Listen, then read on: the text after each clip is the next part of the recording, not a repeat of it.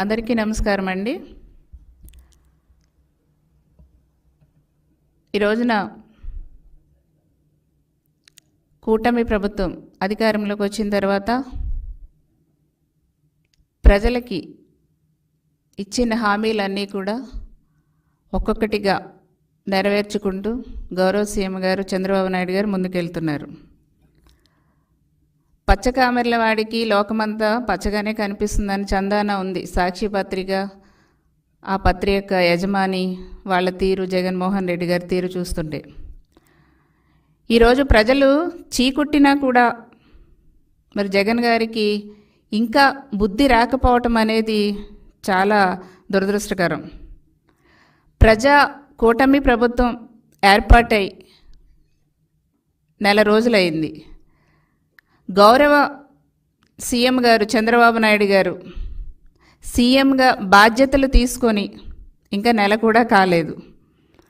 అప్పుడే సాక్షి విషపత్రికలో తప్పుడు ప్రచారాలు, తప్పుడు రాతలు, పిచ్చి మాటలు, ఇవన్నీ కూడా ప్రచారం చేస్తున్నారు.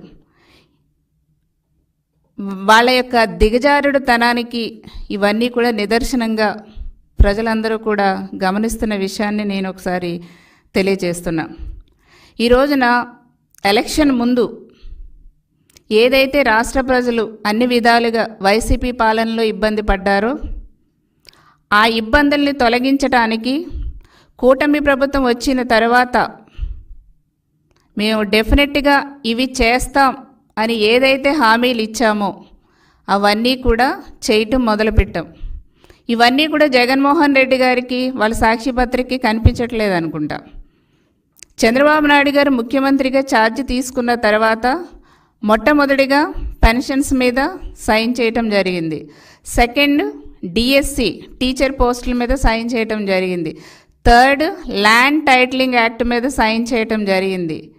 ఫోర్త్ అన్నా క్యాంటీన్ మీద సైన్ చేయటం జరిగింది. ఫిఫ్త్ ఈ గణన మీద సెన్సస్ మీద ఇది స్కిల్ సెన్సస్ మీద సైన్ చేయటం జరిగింది. దాదాపుగా 65 లక్షల మందికి జూలై 1వ తారీఖున 4,408 కోట్ల రూపాయలు పెన్షన్స్ చాలా అట్టహాసంగా ఒక రికార్డు స్థాయిలో సచివాలయ ఉద్యోగుల ద్వారా పంపిణీ చేసినటువంటి ఘనత చంద్రబాబు నాయుడు గారి ప్రభుత్వం అనేది. ఇవి మీకు కంటికి కనిపించలేదా?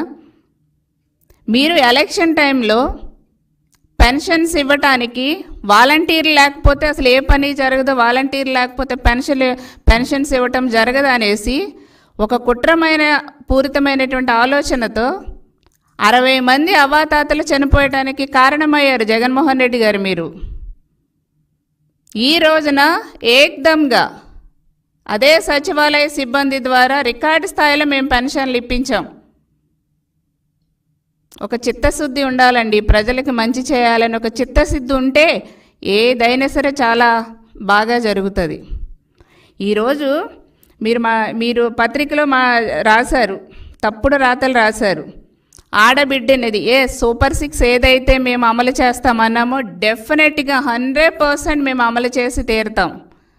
మీకులాగా జగన్మోహన్ రెడ్డి గారు, మీ వైసీపీ ప్రభుత్వం జగన్మోహన్ రెడ్డి గారి లాగా మాట ఇచ్చి మడమ తిప్పే టైపు కాదు. మేము మాట ఇస్తాం, డెఫినెట్గా అమలు చేసి తీరుతారు చంద్రబాబు నాయుడు గారి కూటమి ప్రభుత్వం అనేసి తెలియజేస్తున్నాం. ఆడబిడ్డ నిధి పథకం కూడా మా సూపర్ 6లో ఒకటి. డెఫినెట్గా అమలు చేస్తాం. దానికి విధి విధానాలు రూపకల్పన చేస్తారు, ఆ నిబంధనలన్నీ పెడతారు, డెఫినెట్గా అది ఇంప్లిమెంట్ చేసి తీరుతాం. మీరు 2019లో వైసీపీ గవర్నమెంట్ వచ్చిన తర్వాత అమ్మ ఒడి కింద ఇంట్లో ఇద్దరుంటే మేమిద్దరికీ కూడా ఇస్తాం చదువుకోవటానికి అని చెప్పారు. కానీ మీరు ఎంతమందికి ఇచ్చారు జగన్మోహన్ రెడ్డి గారు? అది కూడా ఎప్పుడు ఇంప్లిమెంట్ చేశారు? మీరు ఇద్దరికి ఇస్తాం అమ్మఒడి అనేసి మీరు ఎలక్షన్ ముందు చెప్పి 2019లో గవర్నమెంట్ వచ్చిన తర్వాత ఒక్కరికే ఇచ్చారు. అది కూడా ఎప్పుడు ఇంప్లిమెంట్ చేశారు మీరు? 2019లో గవర్నమెంట్ వస్తే మేలో మీరు ఇంప్లిమెంట్ చేసింది ఎప్పుడు? 2020 జనవరిలో ఇంప్లిమెంట్ చేశారు. అంటే ఎంత గ్యాప్ ఉంది? 1 ఇయర్ అయిపోతుంది దగ్గరగా. మీరు 5 సంవత్సరాల్లో కూడా ఎన్నిసార్లు ఇచ్చారు? 15,000 ఇస్తామన్నారు ఈచ్ స్టూడెంట్కి అమ్మఒడి కింద. ఎంత ఇచ్చారు? ఫస్ట్ ఇయర్ 14,000 ఇచ్చారు, 1,000 రూపాయలు ఏమో స్కూల్ మెయింటెనెన్స్ అని తీసేసుకున్నారు. తర్వాత 15,000లో 13,000 ఇచ్చారు, మిగతా 2,000 మళ్ళీ స్కూల్ మెయింటెనెన్స్ కింద తీసుకున్నారు. అంటే అమ్మఒడి కింద 15,000 రూపాయలు ఇస్తామని చెప్పి ఫైనల్గా మీరు ఇచ్చింది ఎంత? 13,000 రూపాయలు. అది కూడా ఇద్దరికి ఇస్తామని చెప్పి ఒక్కరికి మాత్రమే పరిమితం చేసినటువంటి మోసగాడు అనాలా, లేకపోతే అబద్ధాలు చెప్పారనేసి అనాలా? కాబట్టి మీరన్నీ గుర్తుపెట్టుకోండి. మీరు సంవత్సరానికి ఇంప్లిమెంట్ చేశారు అమ్మఒడి, అది కూడా 15,000 ఇస్తానని 13,000 ఇచ్చారు. మేము పెన్షన్ 4,000 అని చెప్పాం. 3 నెలలది 1,000 రూపాయలు కలిపి మొత్తం 7,000 రూపాయలు జూలై 1న అందరికీ కూడా అట్టహాసంగా ఇవ్వటం జరిగింది. మీరు వాలంటీర్ లేకపోతే పని జరగదన్నారు. అదే సచివాలయ సిబ్బందితో టైంకి ఇచ్చేసాం మేము, మధ్యాహ్నానికల్లా ఇచ్చేయటం జరిగింది. ఈ రోజున ఎవరికి ప్రజల మీద చిత్తశుద్ధి ఉందండి? ఎవరు ఇచ్చిన మాట నిలబెట్టుకుంటారు? ఎప్పుడూ కూడా ఇచ్చిన మాట నిలబెట్టుకునే వ్యక్తి చంద్రబాబు నాయుడు గారు. ఈ రోజున మీరు తిమ్మిని బమ్మిని చేసి ఏది దొరక్క ఏదో ఒకటి చేసేయాలి, మనకు పత్రిక ఉంది, టీవీ ఉంది కాబట్టి తప్పుడు రాతలు రాసేసి తప్పుడుగా టీవీల్లో చూపించేస్తే జనాలు ఏదో అనేసుకుంటారని అట్లాంటి భ్రమలో ఉండకండి. మీరు అసలు ఎందుకు ప్రజల్ని మనం ఇలా తిరస్కరించారనేది ఆత్మ పరిశీలన చేసుకోవాల్సింది పోయి, మంచిగా ఇచ్చిన హామీలు నెరవేరుస్తున్నటువంటి మా ప్రభుత్వం మీద నింద వేయాలనుకోవటం, ఆకాశం మీద ఉమ్మి పూస్తే ఎవరి మీద పడుతుందండి? తిరిగి మీ మీదే పడుతుంది. అది గుర్తుపెట్టుకోండి. ఈ రోజున మీరు రాష్ట్రాన్ని అప్పుల ఊబిలో నెట్టేశారు.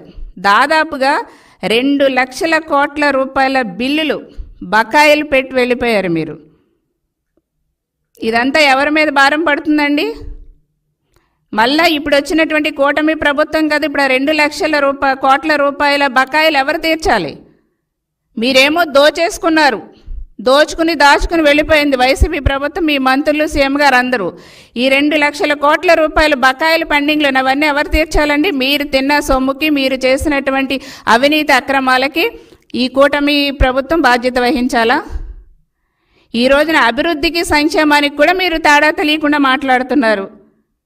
అసలు మీకు చంద్రబాబు నాయుడు గారిని కానీ, కూటమి ప్రభుత్వాన్ని కానీ అసలు అడిగే ప్రశ్నించే అర్హత లేదనేసి కూడా నేను ఈ సభాముఖంగా తెలియజేస్తున్నా.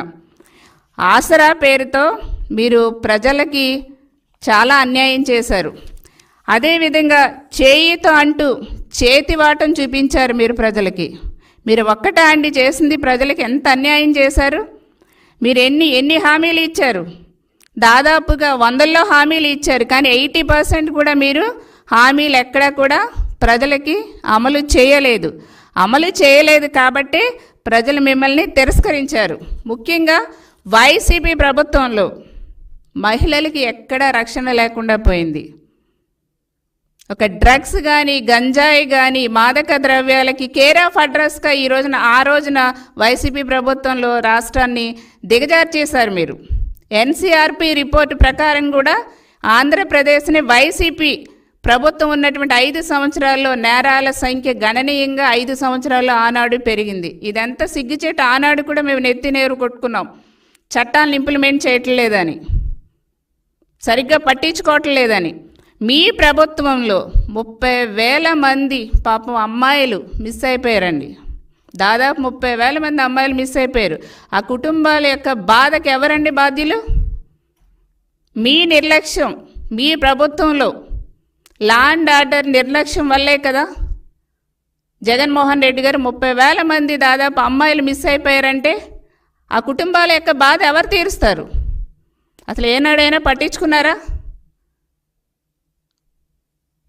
ఈ రోజున చంద్రన్న అంటే మహిళలకు ఒక ధైర్యం, చంద్రన్న అంటే మహిళలకు ఒక భరోసా. చంద్రబాబు నాయుడు గారు మాట ఇచ్చారంటే నిలబెట్టుకుంటారు. చంద్రన్న మహిళా పక్షపాతి, మా మహిళ కోసం ఏదైనా చేస్తారని ఒక నమ్మకం ఉంది కాబట్టే ఈ రోజున చంద్రన్నకు అవకాశం ఇచ్చారు. డెఫినెట్గా మిస్ అయినటువంటి అమ్మాయిలందరినీ కూడా మేము చట్టం ద్వారా మేమన్నీ కూడా కనుక్కొని వాళ్ళందరినీ కూడా తల్లిదండ్రులకి అప్పగించే బాధ్యత మ్యాక్సిమం మా ప్రభుత్వం తీసుకుంటుంది. ఆ మహిళలు పెట్టుకున్నటువంటి నమ్మకాన్ని మేము ఎక్కడా కూడా వమ్ము చేయకుండా సర్వశక్తులా కూడా మేము మా ప్రభుత్వం, కూటమి ప్రభుత్వం పనిచేస్తుందని కూడా ఈ సభాముఖంగా ప్రజలందరికీ కూడా తెలియజేస్తున్నాం. ఈ రోజున ఈయన సాక్షి పత్రికలో రాసింది ఎట్లా ఉందంటేనండి, 1,72,00,000 మంది ఆడబిడ్డ కింద అమలు చేశారు. వాళ్ళందరికీ కూడా ఆడబిడ్డని ఇది ఇంకా అమలు చేయరా అనేసి ఆయన ఒక రాత రాశారు, ఒక రాంగ్. మేము ఎంతమంది ఉంటే డెఫినెట్గా దానికి ఒక నియమ నిబంధనలు అన్నీ కూడా పెడతారు. సీఎం గారు కన్సర్న్ మంత్రుల్లో కూడా అవన్నీ రూల్స్ అండ్ రెగ్యులేషన్స్ పెడతారు. దాని ప్రకారంగా ఎలిజిబిలిటీ ఉన్న వాళ్ళందరికీ కూడా అవన్నీ మేము ఇచ్చిన హామీ తూచా తప్పకుండా అమలు చేయటం జరుగుతుంది. ఇప్పుడు ఈయన ఎలాగ ఉందంటే, ఈ రోజున పత్రికలో రాసినటువంటి ఆడబిడ్డ దాని గురించి ఎట్లా ఉందంటే, ఇప్పుడు జగన్మోహన్ రెడ్డి గారు భార్య గారు భారతీ రెడ్డి గారు కూడా మన రాష్ట్రంలో మహిళా ఓటర్ కాబట్టి ఆవిడకి కూడా ఈ 1,500 రూపాయలు వర్తించేలా ఉంది. ఈ రోజున ఈ సాక్షి పత్రికలో రాసినటువంటి తప్పుడు రాతలు ఏదైతే ఉందో దాన్ని గమనిస్తే భారతీ రెడ్డి గారికి కూడా మహిళా ఓటర్గా ఆవిడకి కూడా వర్తింప చేయండి అని రాసినట్టుగా కనిపిస్తుంది. కాబట్టి మీరు ఆలోచించండి. మీరు ఇంకా రియలైజ్ కాలేదు.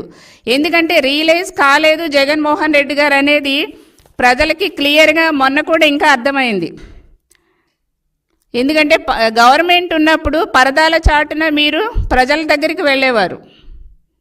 మీరు దమ్ముగా ధైర్యంగా ఒక సీఎంగా ఎప్పుడు కూడా ప్రజలను కలుసుకోవటానికి వెళ్ళలేదు. మీరు ఎప్పుడు దొంగచాటుగా తెరలన్నీ కట్టేసి ఆ పోలీసుల బందోబస్తు వెళ్ళి కార్యక్రమం చేసుకొచ్చేసేవారు. సో అదే మీకు అలవాటు అయిపోయింది.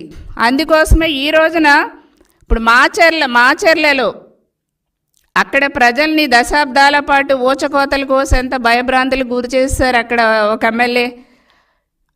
ఆయన మొన్న ప్రజా తీర్పుని గౌరవించకుండా ఆయన అనుమానంతో ప్రజల యొక్క తీర్పుని అగౌరవపరుస్తూ మరి అక్కడ ఈవీఎంలు అవన్నీ కూడా బదలగొట్టినట్టు కూడా అక్కడ సీసీ కెమెరాల్లో అన్నీ కూడా రికార్డ్ అయి ఉంటే దాని రీత్యా ఈసీ ఎలక్షన్ కమిషన్ కూడా వాళ్ళ పని వాళ్ళ పని వాళ్ళు చేసుకుంటే మీరు రియలైజ్ కాలేదంటానికి ఇంకా ఫస్ట్ మీ సందర్శన కూడా జైల్లో ఉన్నటువంటి వ్యక్తిని పరామర్శించుకెళ్ళి, అంటే ప్రజల తీర్పుని అగౌరవపరిచిన వ్యక్తిని పరామర్శించారు. అక్కడ ప్రజల్ని కోత కోసినటువంటి వ్యక్తిని వెళ్ళి పరామర్శించారు. మీరు ప్రజలకి ఇబ్బంది కలిగించి నష్టాలు కలిగించినటువంటి వ్యక్తిని పరామర్శించారు. సో మీలాంటి వాళ్ళ మీరా చంద్రబాబు నాయుడు గారి ప్రభుత్వాన్ని విమర్శించేది? ఎక్కడైనా బుద్ధి తెచ్చుకోండి, మారండి. ఈరోజు చంద్రబాబు నాయుడు గారి ప్రభుత్వం అంటే 4 సార్లు ముఖ్యమంత్రి, ఆయన గొప్ప అడ్మినిస్ట్రేటర్ అనేసి ప్రపంచవ్యాప్తంగా చంద్రబాబు నాయుడు గారికి గొప్ప పేరుంది. ఆయన ఎప్పుడు కూడా తప్పుని క్షమించరు. ప్రజలకు ఇబ్బంది కలిగే పనులు ఏది కూడా ఈవెన్ కార్యకర్తలు నాయకులు ఎవ్వరు చేసినా, మంత్రులు కానీ ఎమ్మెల్యే ఎవ్వరు చేసినా కూడా ఉపేక్షించే ప్రసక్తే చంద్రబాబు నాయుడు గారికి ఎప్పుడూ లేదు. ప్రజలంటే ఒక భయంతో భక్తితో ఉంటారు, ఒక దేవుడిలా కొలుస్తారు చంద్రబాబు నాయుడు గారు. ప్రజలకు ఎక్కడ కష్టం కలిగినా నష్టం కలిగినా చంద్రబాబు నాయుడు గారు చూస్తూ ఊరుకోరు. ఎంతటి వారినైనా సరే ఆయన ఊరుకోరండి. ఇది ప్రజలందరికీ కూడా తెలుసు. మేము వచ్చిన తర్వాత పెన్షన్స్ ఇంప్లిమెంట్ చేసాం, డిఎస్సి. మరి లోకేష్ బాబు గారు హెచ్ఆర్డి మంత్రిగా టీచర్ పోస్టులు దాదాపు 16,347 పోస్టులకి మేము క్యాబినెట్లో ఓకే చేశారు, నోటిఫికేషన్ ఇస్తున్నారు. చంద్రబాబు నాయుడు గారు ముఖ్యమంత్రిగా ఉండగా 7 సార్లు డిఎస్సి ఇచ్చామండి టీచర్ పోస్టులకి. ఎవ్వరూ కూడా ఇవ్వలేదు ఇప్పుడు వరకు, అసలు అన్ని పోస్టులు ఫిల్ చేయలా. అన్ని ఉద్యోగాలు టీచర్ ఉద్యోగాలు ఇచ్చినటువంటి ఘనత చంద్రబాబు నాయుడు గారు తెలుగుదేశం పార్టీది అప్పటి నుంచి ఇప్పటి వరకు కూడా. ఇప్పుడు లోకేష్ గారు కూడా ఒక విద్యా వ్యవస్థ మీద ఒక మంచి రిఫార్మ్స్ తీసుకొచ్చే విధంగా ఆయన ముందుకు వెళ్తున్నారు. మీ టైంలో వైసీపీ టైంలో విద్యా వ్యవస్థని సర్వనాశనం చేసేశారు. ఈ రోజున నిరుద్యోగులకి ఏదైతే హామీ ఇచ్చామో ఎలక్షన్లో అవి మేము అమలు చేసే దిశగా ఈ రోజున టీచర్ పోస్టులు భర్తీ చేయబోతున్నాం. అంతేకాకుండా టెట్లో ఎవరైతే క్వాలిఫై కాలేదో వాళ్ళకు కూడా మళ్ళీ రీ ఎగ్జామ్ కండక్ట్ చేసే విధంగా కూడా లోకేష్ బాబు గారు నిర్ణయం తీసుకున్న విషయాన్ని కూడా నేను మరొకసారి మా స్టూడెంట్స్కి, యూత్కి అందరికి కూడా నేను ప్రజలందరికీ కూడా తెలియజేస్తున్నాం. మరి అదేవిధంగా థర్డ్ది ల్యాండ్ టైటిలింగ్ యాక్ట్. ప్రజల్ని, రైతుల్ని ఎంతో భయభ్రాంతులకు గురి చేసేశారు జగన్మోహన్ రెడ్డి గారు, మీ ప్రభుత్వం. మా భూముల మీద మీ ఫోటోలు వేసుకుని మీ ఇష్టారాజ్యంగా వ్యవహరించాలని చూశారు. దాన్ని కూడా ఈ రోజున చంద్రబాబు నాయుడు గారు ముఖ్యమంత్రిగా ఛార్జ్ తీసుకున్న వెంటనే రద్దు చేశారు ఆ చట్టాన్ని కూడా. అది మా ఘనత. వచ్చిన వెంటనే మేము ఇచ్చిన హామీలు అమలు చేసే దిశగా 5 ఇంపార్టెంట్ వాటి మీద సంతకాలు చేయడం జరిగింది. అది గుర్తుపెట్టుకోండి. మేము వచ్చి ఇంకా చంద్రబాబు నాయుడు గారు ఛార్జ్ తీసుకుని 12వ తారీఖున తీసుకున్నారు. ఇంకా నెల కూడా కాలేదు, అప్పుడే 3 మేము సక్సెస్ఫుల్గా ముందుకెళ్తున్నాం. తర్వాత అన్నా క్యాంటీన్లు, అది కూడా భారీ ఎత్తున ప్రతి చోట కూడా మేము అన్నా క్యాంటీన్ల ద్వారా ఎప్పటి నుంచో కూడా అందరికీ, పేద ప్రజలకి అందరికీ కూడా మేము ఫుడ్ పెట్టే కార్యక్రమం చేస్తున్నాం. ఇలా తెలుగుదేశం పార్టీ కూటమి ప్రభుత్వం, బీజేపీ, జనసేన, మేము కూటమి ప్రభుత్వంగా ఉన్నాం. మేమందరం కూడా కలిసి ప్రజలకు ఇచ్చే హామీలన్నీ కూడా నెరవేర్చే దిశగా ముందుకెళ్తాం. డెఫినెట్గా తూచా తప్పకుండా రాబోయే రోజులు అమలు చేసి తీరుతాం. 29లో కూడా మేము ఇంకా మరింతగా ప్రజల యొక్క అభిమానాన్ని చూరగొంటూ ముందుకెళ్తామనేసి కూడా సభాముఖంగా తెలియజేస్తూ, ఇకనైనా ఈ తప్పుడు రాతలు రాయటం మార్చుకోండి. లేదంటే ఇప్పుడు 151లో 5 తీస్తారు. ప్రజలు రాబోయే రోజుల్లో ఇంకొకటి కూడా తీసేసి మిమ్మల్ని పంపించేస్తారు ఇంకా తిరుగుటపాలు. Thank you.